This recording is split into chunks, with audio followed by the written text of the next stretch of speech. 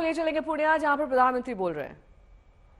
गरीब का खाना नहीं, अमीरों का खाना बन रहा है।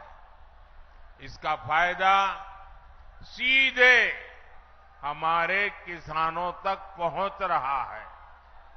मक्के को भी मुनाफे की फसल बनाने के लिए हमारी सरकार ने एमएसपी पर खरीद बढ़ाई और अब तो मक्के से एथेनॉल भी बनाया जा रहा है। देश का पहला, पूरे भारत का पहला ग्रीनफील्ड एथेनॉल प्लांट पूर्णिया में लगाया गया है। हमारे नीतीश जी ने ही इसका उद्घाटन किया था। साथियों, कृषि और उद्योग के इन अवसरों को गति देने के लिए पूर्णिया में रेल और रोड के इंफ्रास्ट्रक्चर को भी आधुनिक बनाया जा रहा है। कुछ समय पहले ही मैंने कटिहार जोगबानी रेल सेक्शन के विद्युतीकरण लोकार्पण किया था। हमारी सरकार सीमांचल में अच्छी सड़कों का निर्माण भी करवा रही है और अब तो वो दिन दूर नहीं जब पूर्णिया में हवाई जहाज भी उतरेगी।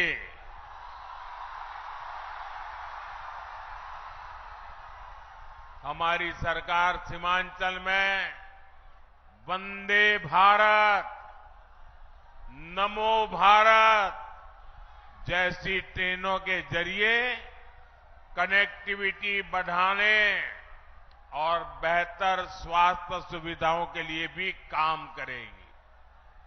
साथियों, मोदी के लिए आपके सपने ही मोदी का संकल्प है।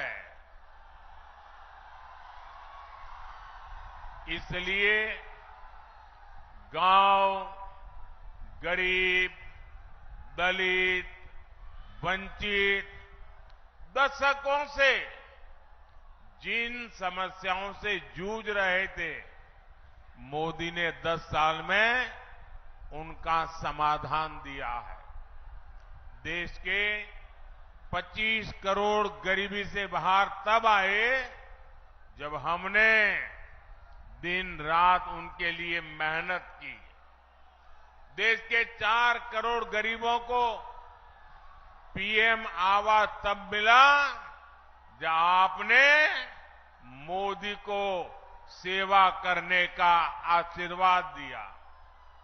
देश के 50 करोड़ से ज्यादा दलितों, वंचितों, गरीबों का बैंक में खाता तब खुला जब आपने मोदी को आशीर्वाद देकर के सेवा करने का मौका दिया। करोड़ों माताओं बहनों को चूल्हे के धुएं से मुक्ति तब मिली जब मोदी ने उज्ज्वला सिलेंडर देकर उनकी सूध ली। देश के 11 करोड़ परिवारों तक पहली बार पाइप से पानी तब पहुंचा जब मोदी ने हर घर जल को अपना मिशन बनाया। आज 11 करोड़ छोटे किसानों के खातों में किसान सम्मान निधि भी एनडीए सरकार ही भेज रही है। इन योजनाओं का बहुत बड़ा लाभ हमारे ततमा समाज, महलदार समाज और ऋषिदेव समाज के मेरे परिजनों को भी हुआ है। लेकिन साथियों, मोदी इतने से संतुष्ट नहीं है। जो काम हुआ है ना, वो तो ट्रेलर है, ट्रेलर।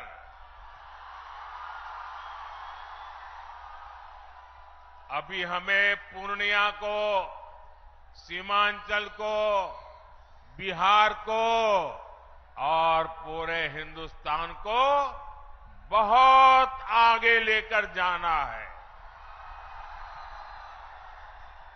कई बार लोग पूछते हैं कि मोदी के लिए समाज के आखिरी पायदान पर खड़ा व्यक्ति हमारा दलित, पिछड़ा, आदिवासी ये इतनी प्राथमिकता क्यों है? ये समाज मोदी की प्राथमिकता इसलिए है क्योंकि यही समाज सबसे ज्यादा गरीबी से प्रभावित है और मोदी गरीबी से ही निकलकर आपके बीच आया है। मोदी के ऊपर अपने इस समाज का, बाबा साहब का और उनके संविधान का बहुत बड़ा कर्ज है। इसलिए हमारी सरकार ने संविधान को एक श्रद्धा का स्थान मिले, संविधान को आस्था का स्थान मिले, संविधान के प्रति देश का प्रत्येक व्यक्ति समर्पित हो, संविधान की भावना को हर देशवासी तक पहुंचाने के लिए लगातार काम किया है। हमारी ही सरकार ने देश में संविधान दिवस मनाने की शुरुआत की। आज बाबा साहब के संविधान को सेलिब्रेट करने के लिए बच्चों के स्कूलों से लेकर सुप्रीम कोर्ट और संसद तक में कार्यक्रम किए जाते हैं और ये वर्ष तो बहुत विशेष है। इस साल संविधान के 75 वर्ष की शुरुआत हो रही है।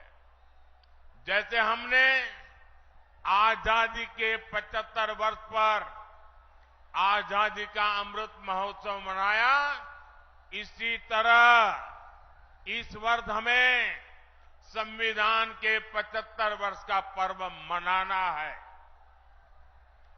हमने तय किया है हम देश के कोने कोने में बाबा साहब के संविधान की भावना को लेकर जाएंगे।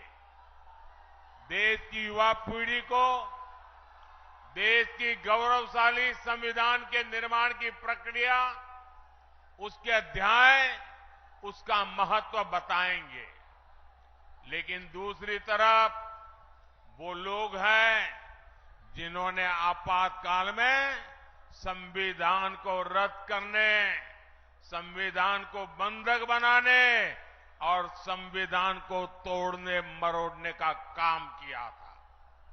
हमें याद रखना है, जो लोग सत्तावर सरकार को एक परिवार की मुट्ठी में रखना चाहते हैं, संविधान उनकी आंखों में हमेशा खटकता है। इसलिए अब ये लोग संवैधानिक व्यवस्था से हुए चुनाव के नतीजों को अस्वीकार करने की धमकी देने लगे हैं। लेकिन इनके मंसूबे कामयाब न हो। संविधान दलित, पिछड़ा, आदिवासी की ताकत बना रहे, इसके लिए हमें एकजुट होकर साथ खड़े रहना है। साथियों, अगले 5 वर्षों के कामकाज के लिए बीजेपी ने अपना संकल्प पत्र जारी किया है। इस संकल्प पत्र में मोदी ने गारंटी दी है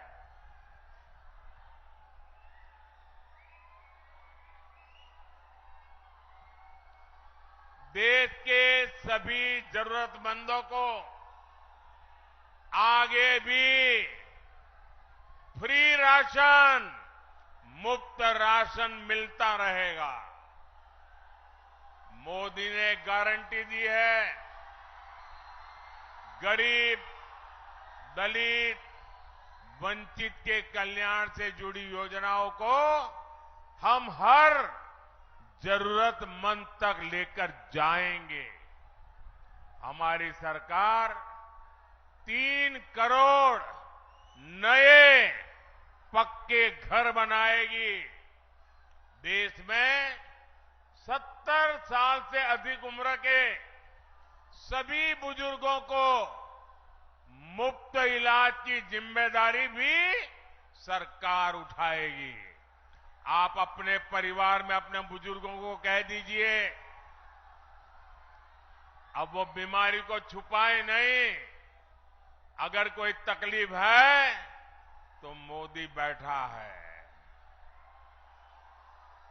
ये मोदी की गारंटी है।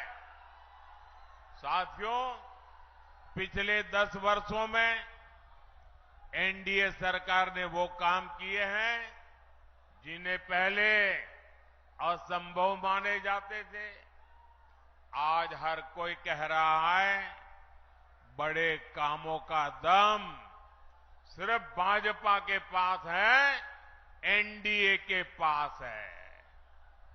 आपको याद होगा, पहले अड़ोस पड़ोस के देश यहां हमला करके चले जाते थे। सीमा पर हमारे जवानों की आए दिन शहादत होती थी। आप लोगों को दुख के साथ ही गुस्सा भी आता था। आपका मन करता था ना कि इन्हें घर में घुसकर मारो।